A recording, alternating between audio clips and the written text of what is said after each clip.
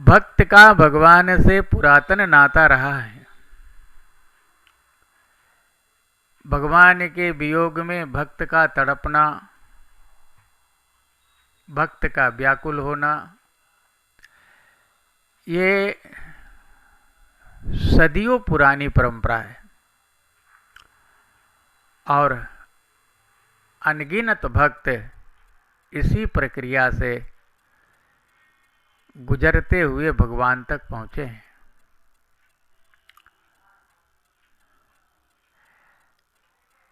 वास्तव में कहिए तो यदि भक्त भगवान के लिए न तड़पे, व्याकुल न हो, तो भगवान दर्शन भी न दें।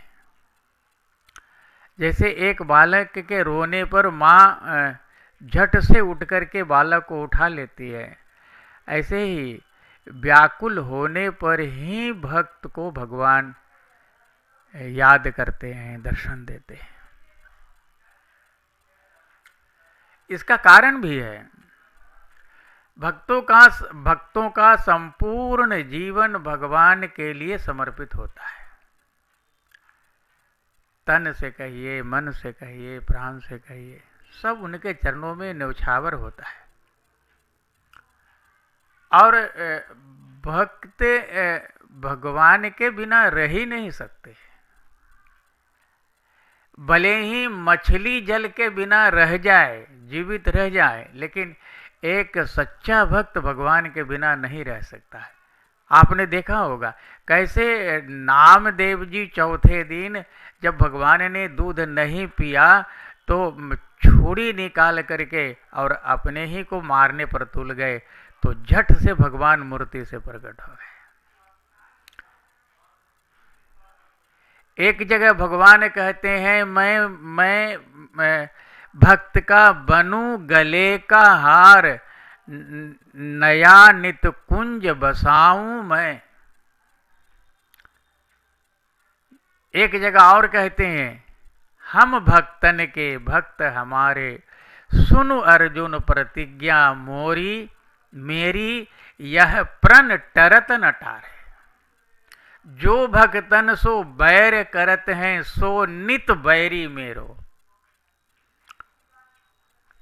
ऐसा भगवान का बिरद है और भक्तों से छिपा हुआ नहीं रहता है। भगवान की जितनी माया ये संसार में चलते रहती है, ये भक्त लोग सब उसको देख देख करके और आनंद उठाते रहते हैं।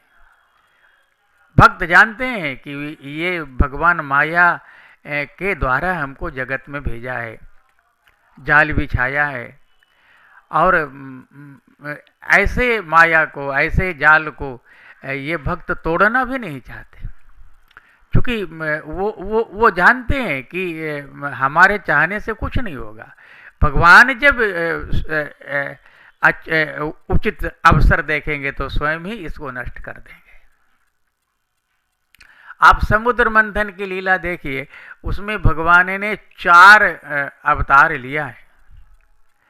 कच्छप अवतार लिया, मोहिनी अवतार लिया, धन्वंतरी अवतार लिया, और एक रूप से तो आप स्वयं ही देवताओं के तरफ से समुद्र मंथन करने लगे। आप यदि मोहिनी अवतार नहीं लेते तो देवताओं को अमृत कैसे मिलता? ये भगवान की भक्त वत्सलता है कि नहीं? हिरण्यकशिपु प्रहलाद जी को मारने के लिए नंगी तलवार लेकर के दौड़ पड़ा, तो भगवान खंबे से प्रकट हो गए। ये भगवान की भक्त वत्सलता है कि नहीं? फिर ऐसी अवस्था में ये छोटे से ध्रुव को ये बिना जल और भोजन के 3-4 महीने बीत गए, तो भगवान को दौड़ करके आना पड़ा। ये भगवान की भक्त वत्सलता है कि नहीं? तो जब भक्त भगवान के लिए इस प्रकार से अपने जीवन को दांव पर लगा देते हैं, तो निश्चित रूप से भगवान को आना ही पड़ता है, और भगवान को बुलाने का यही तरीका भी है, यही जरिया भी है। इसी प्रकार से भगवान शीघ्र से शीघ्र भक्तों को दर्शन देते हैं। धन्यवाद।